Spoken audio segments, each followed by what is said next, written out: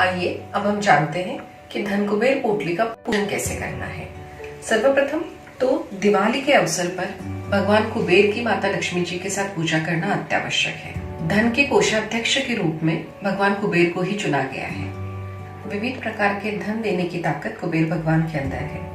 ऐसा भी माना गया है कि कुबेर देव धरती के अंतःकरण अर्थात धरती के नीचे दबे हुए हर तरह के धन और खजाने की रखवाली करते हैं।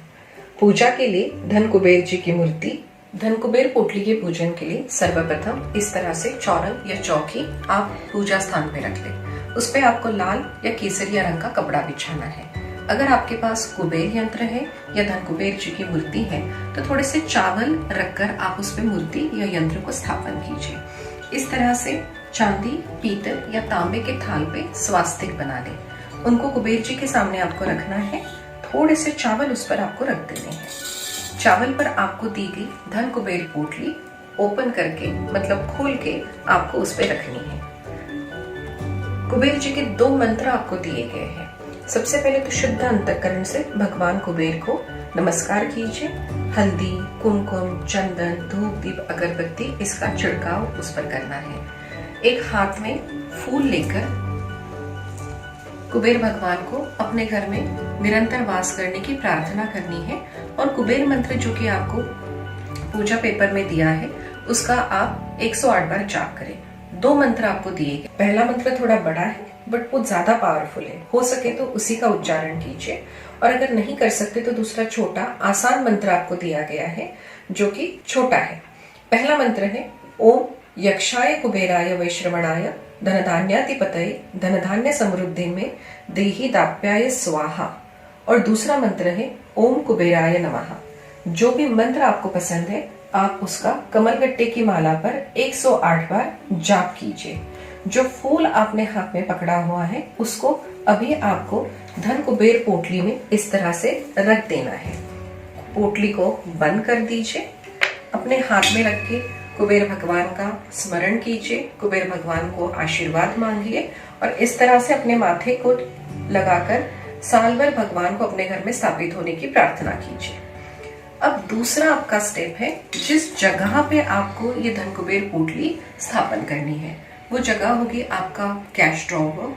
ऑफिस में अगर कहीं आप पैसा रखते हैं वहां पे आप इसको रख सकते हैं या अगर आपके घर में तिजोरी और धन संपत्ति रखने की कोई जगह है तो वहां पे रखिए। जिस तरह से हमने चांदी के थाल पर इस तरह से स्वास्तिक बनाया था वैसा ही स्वास्तिक आपको आपके धन स्थान पर बनाना है। वहां पे भी थोड़े से चावल रखने हैं और इस पोटली को अपनी तिजोरी या धन संपत्ति रखने के स्थान पे स्थापित कर दें।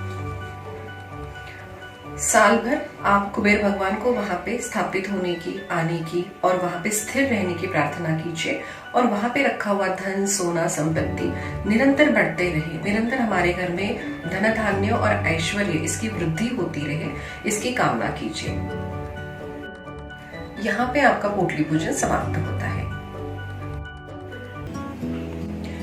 अब लक्ष्मी पूजा होने के बाद और जो यंत्र है, जो सामान है वो अपने अपने जगह रखने के बाद कुछ खास सावधानियां या कुछ खास उपाय मैं आपको बताती हूँ। जैसे कि साल भर घर के मुख्य व्यक्ति द्वारा कमलगट्टे की माला पर ओम श्री श्री नमः का जाप करना ये माँ लक्ष्मी की हमेशा कृपा प्राप्त करने के लिए बहुत अच्छा उपाय है। सौभाग्यवती स्त्री जो होती है वो माँ लक्ष्मी का रूप मानी जाती है। तो आपके घर की बहू, बेटी या कोई और भी सौभाग्यवती स्त्री है तो उसको कम मत आके, उसका अपमान मत करें, उसको अपशब्द ना बोलें। उसका जितना आप सम्मान करेंगे और उसको जितना आप खुश रखेंगे उतना आपके घर में बरकत आएगी। उसी प्रकार आपके घर में अगर बाहर की कोई सौभाग्यवती और सुहागन स्त्री आती है तो सौभाग्य वस्तुओं का उसको दान करना ये माँ लक्ष्मी को ही कोई चीज अर्पण करने जैसा होता है। तो अपने घर में आई हुई सौभाग्यवती स्त्री का कभी भी अपमान ना करें, उसको दुखी करके अपने घर से ना भेजें। हो सके तो खाने पीने की चीजें और खा के ही वो आपके घर से जाए, उसका ध्यान रखें। इसके अलावा भी कोई अतिथि आपके घर में आते हैं तो उसका भी यथा योग्य सत्कार होना चाहिए।